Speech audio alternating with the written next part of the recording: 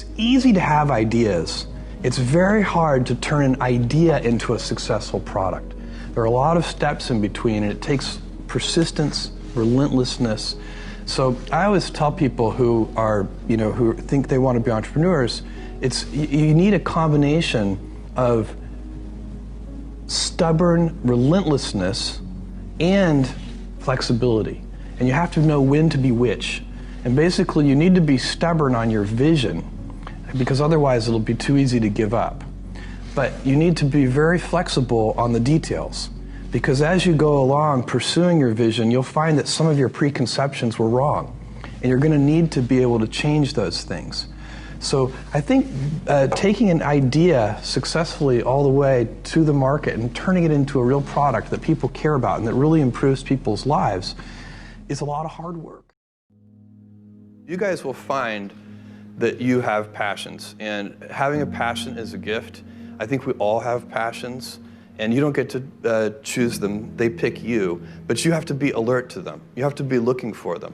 And when you find your passion, it's a fantastic gift for you because it gives you direction, it gives you purpose. You can have a job, or you can have a career, or you can have a calling. And the best thing is to have a calling. And if you find your passion, you'll have that, and all your work won't feel like work to you. My job, one of my jobs as the leader of Amazon, is to encourage people to be bold. And people love to focus on things that aren't yet working. And that's good, it's human nature. That kind of divine discontent can be very helpful. But you really, it's incredibly hard to get people to take bold bets. And you need to encourage that. And if you're gonna take bold bets, they're going to be experiments, and if they're experiments, you don't know ahead of time whether they're going to work.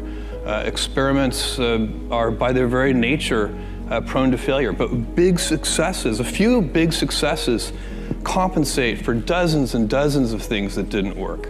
So, bold bets, AWS, Kindle, Amazon Prime, our third-party seller business, all of those things are examples of bold bets that did work, and they pay for a lot of experiments. I've made billions of dollars of failures at Amazon.com, literally billions of dollars of failures. And you might remember Pets.com or Cosmo, or give myself a root canal with no anesthesia very easily. None of those things are fun, but they don't matter. What really matters is companies that don't continue to experiment, companies that don't embrace failure, they eventually get in a desperate position where the only thing they can do is make a kind of Hail Mary bet at the very end of their corporate existence. I got the idea to start Amazon 16 years ago. I came across the fact that web usage was growing at 2,300% per year. I'd never seen or heard of anything that grew that fast. And the idea of building an online bookstore with millions of titles, something that simply couldn't exist in the physical world, was very exciting to me. I just turned 30 years old, and I'd been married for a year. I told my wife, Mackenzie, that I wanted to quit my job and go do this crazy thing that probably wouldn't work, since most startups don't, and I wasn't sure what would happen after that. Mackenzie, also a Princeton grad and sitting here in the second row, told me I should go for it.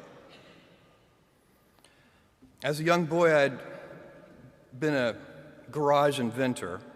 I'd invented an automatic gate closer out of cement-filled tires, a solar cooker that didn't work very well out of an umbrella and aluminum foil, baking pan alarms to entrap my siblings. I'd always wanted to be an inventor, and she wanted me to follow my passion. I was working at a financial firm in New York City with a bunch of very smart people, and I had a brilliant boss I much admired.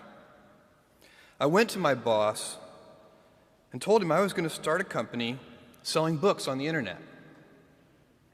He took me on a long walk in Central Park, listened carefully to me, and finally said, "That sounds like a really good idea, but it would be an even better idea for someone who didn't already have a good job."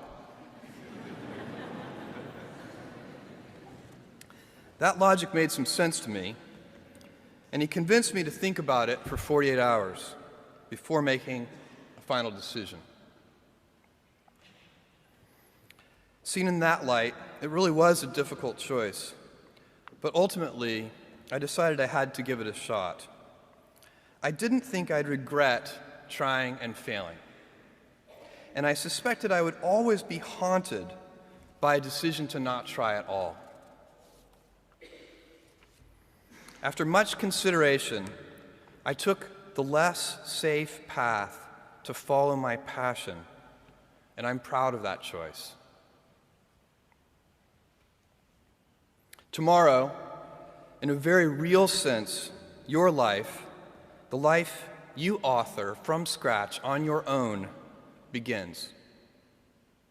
How will you use your gifts? What choices will you make? Will inertia be your guide, or will you follow your passions?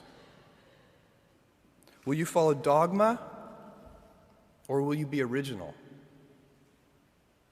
Will you choose a life of ease, or a life of service and adventure? Will you wilt under criticism, or will you follow your convictions?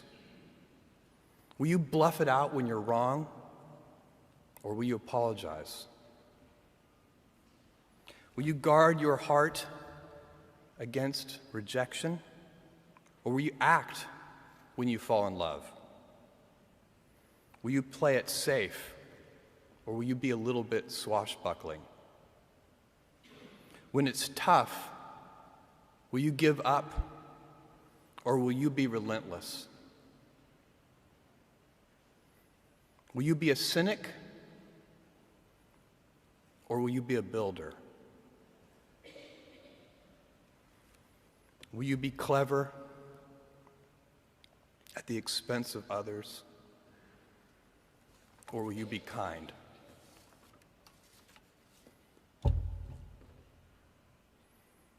I will hazard a prediction.